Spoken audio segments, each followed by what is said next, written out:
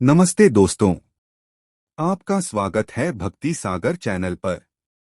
आज हम बात करेंगे सफला एकादशी के व्रत कथा के बारे में। तो बिना किसी देरी के आइए शुरुआत करते हैं।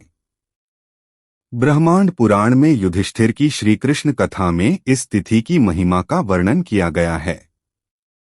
युधिष्ठिर ने कहा, हे भगवान, पौष मास की कृष्ण पक्षीय एकादशी के नाम, नियम और देवता के बारे में मेरी जिज्ञासा शांत करें। श्री कृष्ण ने कहा, हे महाराज, मैं आपके प्रति प्रेमवश उस व्रत की बात कर रहा हूँ। जैसे यह व्रत मुझे संतुष्ट करता है, वैसे ही मैं अनेक दानों वाले यज्ञ से संतुष्ट नहीं होता। इसलिए इस व्रत को ध्यानपूर्वक करना चाहिए। पौष मास की कृष्ण पक्षीय एकादशी को सफला कहा जाता है। नागों में शेषनाग, पक्षियों में गरुड़, मनुष्यों में ब्राह्मण, देवताओं में सबसे महान नारायण। इसी प्रकार सभी व्रतों में से एकादशी व्रत सबसे महान है।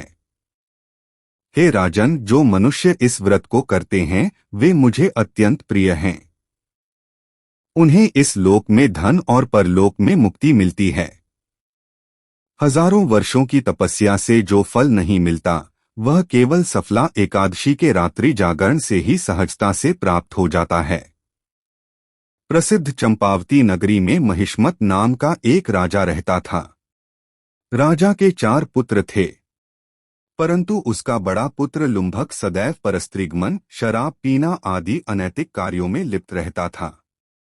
वह सदैव ब्राह्मणों, वैष्णवों तथा देवताओं की निंदा करता रहता था। अपने पुत्र के व्यवहार से क्रोधित होकर राजा ने उसे राज्य से बाहर निकाल दिया। वह अपनी पत्नी और बच्चों, माता पिता और रिश्तेदारों को छोड़कर एक घने जंगल में चला गया। वहां वे कभी हत्या करके तो कभी चोरी करके अपने दिन गुजरने लगे। एक दिन बाद उसे शहर में पहरेदारों ने पकड़ लिया, लेकिन एक राजकुमार के रूप में वह उस अपराध से मुक्त हो गए। वह पुनः जंगल में चला गया और जानवरों को मारकर तथा फल खाकर जीवन यापन करने लगा। उस वन में कई वर्षों पुराना एक विशाल अश्वत्थ वृक्ष था। इस वृक्ष को देवता माना जाता है क्योंकि भगवान श्री वासुदेव वहां मौजूद हैं। उस वृक्ष के नीचे पापी लुम्भक रहता था। बहुत दिनों के बाद अपने पूर्व जन्म के किसी पुण्य के कारण पौष माह की दशमी तिथि को उन्होंने केवल फल खाकर दिन व्यतीत किया। लेकिन रात में असहनीय ठंड से उनकी मरने जैसा हालत हो गई। अगले दिन सूर्योदय हुआ, लेकिन वह बेहोश ही रहा। दोपहर के करीब उन्हें होश आया। उसने बड़ी मुश्किल से अपनी भूख मिटाने के लिए कुछ फल इकट्ठे किए। फिर वह पेड़ के पास आया और फिर आराम करने लगा। रात में वह बहुत कमजोर हो गया।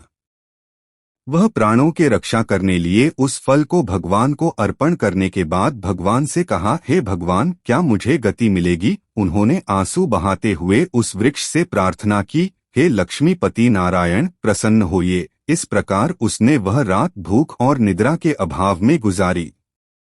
भगवान नारायण ने पापी लुम्भक के रात्रि जागरण को एकादशी जागरण के रूप में और फलों के प्रसाद को पूजा के रूप में स्वीकार किया। इस प्रकार अनजाने में लुम्भक का सफला एकादशी व्रत हो गया। प्रातःकाल आकाशवाणी हुई, हे पुत्र, सफला एकादशी व्रत के पुण्य प्रभाव से तुम्हें राज्य प्राप्त होगा। उस दिव्य संदेश को सुनकर लुम्भक को दिव्य रूप प्राप्त हो गया। अपनी पत्नी और पुत्र के साथ कुछ समय तक राज्य का आनंद लेने के बाद उन्होंने अपने पुत्र पर राज्य का भार डालते हुए संन्यास आश्रम स्वीकार कर लिया। अंततः अपनी मृत्यु के समय वह अशोक अभय भगवान के पास लौट आए। हे महाराज, जो इस प्रकार सफला एकादशी का पालन करता है उसे सांसारिक सुख और बाद में मुक्ति मिलती है। जो इस व्रत का आदर करते हैं वे धन्य हैं। उनका जन्म सार्थक है, इसमें कोई संदेह नहीं। इस व्रत को पढ़ने और सुनने से मनुष्यों को यज्ञ का फल प्राप्त होता है।